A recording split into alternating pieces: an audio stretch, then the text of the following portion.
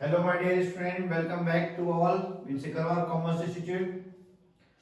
बेटा इस वीडियो में हम आज कैलकुलेशन ऑफ कमीशन सीखने वाले हैं। कमीशन निकालने का ये जो टॉपिक है केवल 12th क्लास के लिए ही नहीं है। 11th, 12th, बीकॉम, एमकॉम किसी भी सब्जेक्ट में जब कमीशन निकालना होता है तो उस कमीशन की कुछ कंडीशंस है। इसमें स्टूडेंट हमेशा कंफ्यूज हो जाते हैं कि कब हमें रेट अपॉन 100 करना है, कब रेट अपॉन 100 प्लस रेट करना है, कब रेट अपॉन 100 माइनस रेट करना है। तो बेटा आज हम यही चीज समझते हैं कि कब रेट अपॉन 100 प्लस रेट करते हैं, कब रेट अपॉन 100 माइनस रेट करते हैं। समझते हैं हम। मान लीजिए कि एक पार्टनर है या कोई एजेंट है, उसको कमीशन दिया जाना है और कमीशन हम देते हैं सेल्स पर। If commission is given on sales and we have selling price are available, if commission is given on cost and we have cost price available, अगर सेल पर कमीशन देते हैं और हमारे पास सेलिंग प्राइस ही अवेलेबल है तो सिंपल आपका फार्मूला लगेगा selling price into rate upon 100। और आपके पास कॉस्ट प्राइस अवेलेबल है और रेट भी कॉस्ट पर ही दे रखी है तो हमेशा cost price into rate upon 100। मतलब जिस पर कमीशन निकालना है वो ही अमाउंट आपको जब अवेलेबल हो तो सीधे रेट अपॉन 100 कर दीजिए। प्रॉफिट पे निकालना है तो प्रॉफिट इंटू रेट अपॉन 100।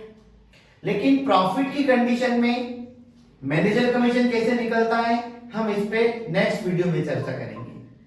आज हम बात कर रहे हैं कि सेल्स के ऊपर जब कमीशन देना है तो कब रेट अपॉन 100 और कब 100 माइनस रेट करते हैं। तो फर्स्ट कंडीशन तो बेटा ये क्लियर है कि जब आपके पास सेलिंग प्राइस अवेलेबल है और रेट भी सेल्स पर ही दे रखी है, आपके पास कॉस्ट प्राइस अवेलेबल है और रेट भी आपको कॉस्ट प्राइस पे दे रखी है तो फिर कोई प्रॉब्लम नहीं है, सीधे वो अमाउंट लिखिए और रेट अपॉन 100 कर दीजिए। अब हम आते हैं नेक्स्ट पॉइंट पर। If commission is given on cost price and we have available sales, question में आपको सेल्स की अमाउंट दे रखी है बट लिखा हुआ है कि commission is given on cost price.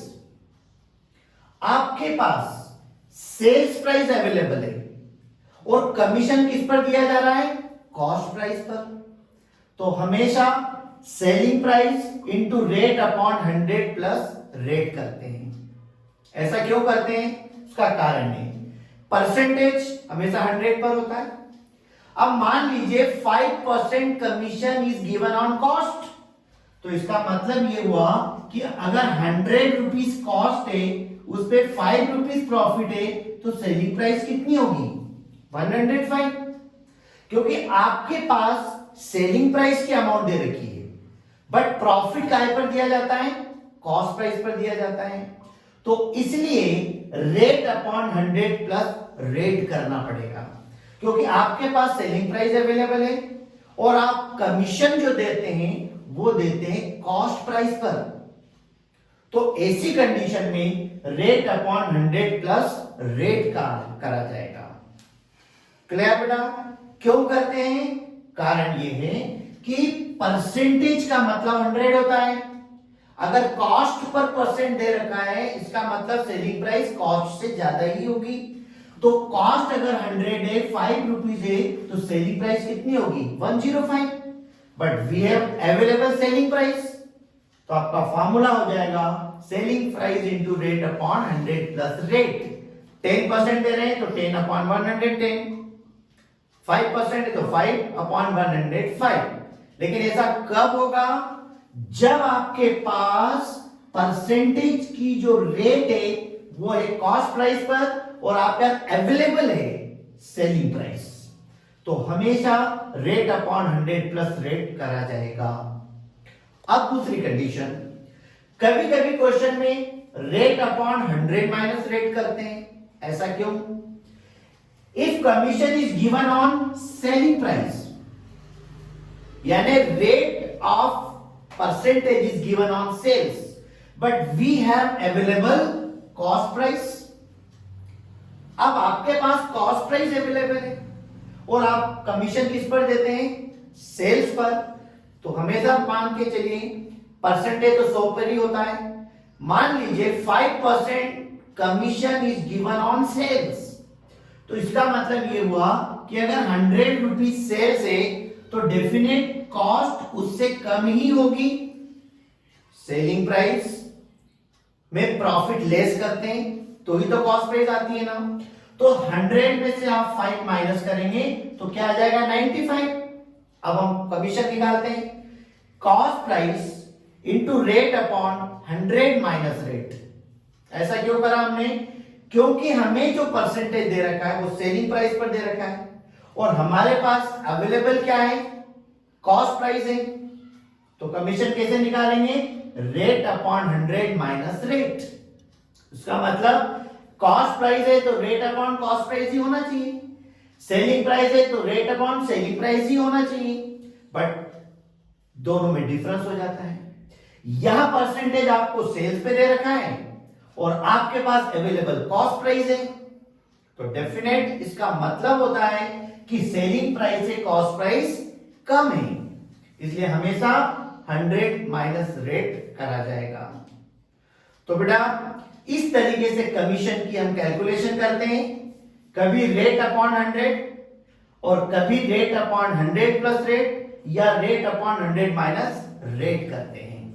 क्यों करते हैं? जब दोनों में इक्विलिटी हो, सेलिंग प्राइस आपके पास है, परसेंटेज भी सेलिंग प्राइस पर है तो रेट अपॉन 100, कॉस्ट प्राइस आपके पास है और परसेंटेज भी आपको कॉस्ट प्राइस पे दे रखा है तो रेट अपॉन 100 करेंगे।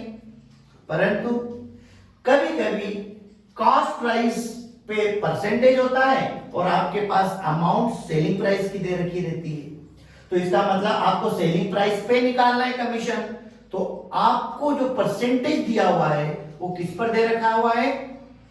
कॉस्ट प्राइस पर। परसेंटेज मतलब 100 अगर कॉस्ट है तो सेलिंग प्राइस क्या होगी? उससे ज्यादा ही होगी, इसलिए रेट अपॉन 100 प्लस रेट करा जाता है। बट वहीं आपके पास परसेंटेज सेलिंग प्राइस पर दे रखा है कि सेल्स पर कमीशन देते हैं, बट आपके पास तो कॉस्ट प्राइस अवेलेबल है, तो इसका मतलब ये हुआ कि परसेंटेज तो 100 पे ही होता है, तो 100 अगर मान लीजिए आपको सेल्स दे रखी है तो कॉस्ट डेफिनेटली उससे कम होना है, इसलिए cost price into rate upon 100 minus rate करेंगे। इसके बाद भी बेटा अगर किसी स्टूडेंट को कोई प्रॉब्लम हो तो आप कमेंट सेक्शन में कमेंट करके आप पूछ सकते हैं। Thank you.